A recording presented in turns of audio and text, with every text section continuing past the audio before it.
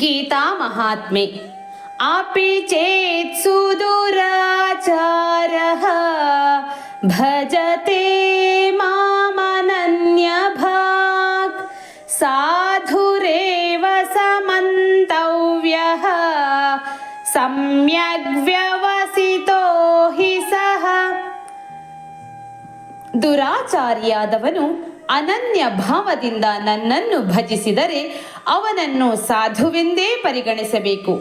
ಏಕೆಂದರೆ ಅವನು ತನ್ನ ತಪ್ಪನ್ನು ತಿದ್ದಿಕೊಂಡು ನಿಶ್ಚಯ ಬುದ್ಧಿಯುಳ್ಳವನಾಗಿರುತ್ತಾನೆ ಎಂದು ಭಗವದ್ಗೀತೆಯ 9ನೇ ಅಧ್ಯಾಯದ 30ನೇ ಶ್ಲೋಕದಲ್ಲಿ ಭಗವಂತನು ಹೇಳಿದ್ದಾನೆ. ಸಾಮಾನ್ಯವಾಗಿ ದುರಾಚಾರಿಗಳಿಗೆ ಭಗವಂತನೆಡೆಗೆ ಪ್ರವೇಶವಿಲ್ಲ ಎಂಬ ಹೇಳಿಕೆ ಇದೆ. ಆದರೆ ಇದು ಶಾಸ್ತ್ರಸಮ್ಮತವಾದ ಹೇಳಿಕೆ ಅಲ್ಲ. ತಾಮಸ ಗುಣದ ಮನಸ್ಸು ಮನುಷ್ಯನನ್ನು ಪಾಪ ಕರ್ಮವನ್ನು ಮಾಡುವಂತೆ ಪ್ರೇರೇಪಿಸುತ್ತದೆ. ಆದರೆ ಮನಸ್ಸನ್ನು ಒಮ್ಮೆ ಸಾತ್ವಿಕತೆಯ ಕಡೆಗೆ ತಿರುಗಿಸಿದರೆ ಆ ಮನಸ್ಸು ಆತ್ಮ ಚಿಂತನೆಗೆ ಯೋಗ್ಯವಾಗುವುದು. ದುರಾಚಾರಿಗಳು ಕೂಡ ಜೀವನದಲ್ಲಿ ಒಂದು ಸಲ ಪರಮಾತ್ಮನ ಕಡೆಗೆ ತಿರುಗಿದರೆ ಮುಂದೆ ಸಾಧುಗಳಾಗಲು ಸಾಧ್ಯವಿದೆ ಎಂಬುದೇ ಈ ಶ್ಲೋಕದ ತಾತ್ಪರ್ಯ.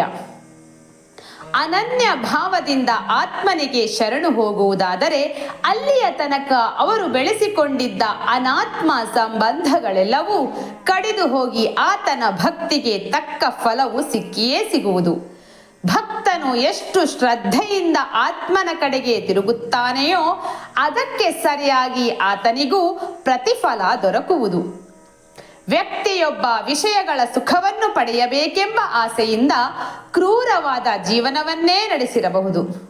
ಕೊಲೆ, ಸುಲಿಗೆ, ದರೋಡೆ, ಅತ್ಯಾಚಾರ ಮಾಡಿರಬಹುದು.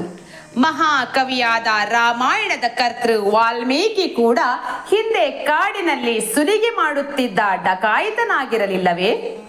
ಅಂತಹ ದುರಾಚಾರಿಯೇ ಮಹಾತ್ಮನಾಗಿದ್ದಾನೆ ಎಂದ ಮೇಲೆ ಭಗವಂತನ ಮೇಲಿನ ನಂಬಿಕೆ, ಭರವಸೆ ಅಸಾಧ್ಯವಾದುದನ್ನು ಸಾಧ್ಯವಾಗಿಸುತ್ತದೆ ಎಂದರ್ಥವಲ್ಲವೇ? ತನಗೆ ಸಾತ್ವಿಕ ಜ್ಞಾನ ಉಂಟಾಗಿ ಮನಃಪೂರ್ವಕವಾಗಿ ಆತ್ಮನತ್ತ ತಿರುಗಿದರೆ ಆತನನ್ನು ಸಾಧು ಪುರುಷ, ಸಜ್ಜನ ಎಂದೇ ಕರೆಯಬೇಕು. ವಾಲ್ಮೀಕಿ, ಅಂಗುಲಿಮಾಲ ಮೊದಲಾದವರು ಇದಕ್ಕೆ ಉದಾಹರಣೆ. ಸೆರೆಮನೆಯಲ್ಲೂ ಮನ ಪರಿವರ್ತನೆಯಾದ ಜನರ ಶಿಕ್ಷೆಯನ್ನು ಕಡಿತಗೊಳಿಸಿ ಸನ್ಮಾರ್ಗದಲ್ಲಿ ಸಾಗಲು ಅನುವು ಮಾಡಿಕೊಡಲಾಗುತ್ತದೆ. ಇಂದಿನ ಕಾಲಘಟ್ಟದಲ್ಲಿ ಒಮ್ಮೆ ತಪ್ಪು ಮಾಡಿದ ಮೇಲೆ ತಿದ್ದಿಕೊಳ್ಳುವ ಮನಸ್ಸು ಮಾಡುವ ವ್ಯಕ್ತಿಗೆ ಸಮಾಜದಲ್ಲಿ ಅವಕಾಶ ಅತೀ ಕಡಿಮೆಯಾಗಿದೆ. ವಿಶ್ವಾಸ ದ್ರೋಹ ಮಾಡಿದರೂ ಆ ವ್ಯಕ್ತಿಗೆ ಮತ್ತೊಮ್ಮೆ ಬದುಕುವ ಅವಕಾಶ ಕೊಟ್ಟಲ್ಲಿ ಆತ ಸಜ್ಜನನಾಗುವ ಸಾಧ್ಯತೆ ಖಂಡಿತ ಇದೆ ಎಂಬುದೇ ಭಗವಂತನ ನಿಲುವು. ಒಂದು ವೇಳೆ ಅವಕಾಶ ಕೊಟ್ಟು ಆತ ಪುನಃ ಹಿಂದಿನ ಅಭ್ಯಾಸವನ್ನೇ ಮುಂದುವರಿಸಿದರೆ ಅದು ಆತನ ಕರ್ಮಫಲ ಎಂದೇ ಅರ್ಥೈಸಬೇಕು ಎಂದು ಭಗವದ್ಗೀತೆಯ ಈ ಶ್ಲೋಕದಿಂದ ಅರಿತುಕೊಳ್ಳಬಹುದು. ಈ ನಿಟ್ಟಿನಲ್ಲಿ ಭಗವದ್ಗೀತೆಯು ಎಲ್ಲರಿಗೂ ಅಭಯ ಪ್ರಧಾನವಾಗಿದೆ.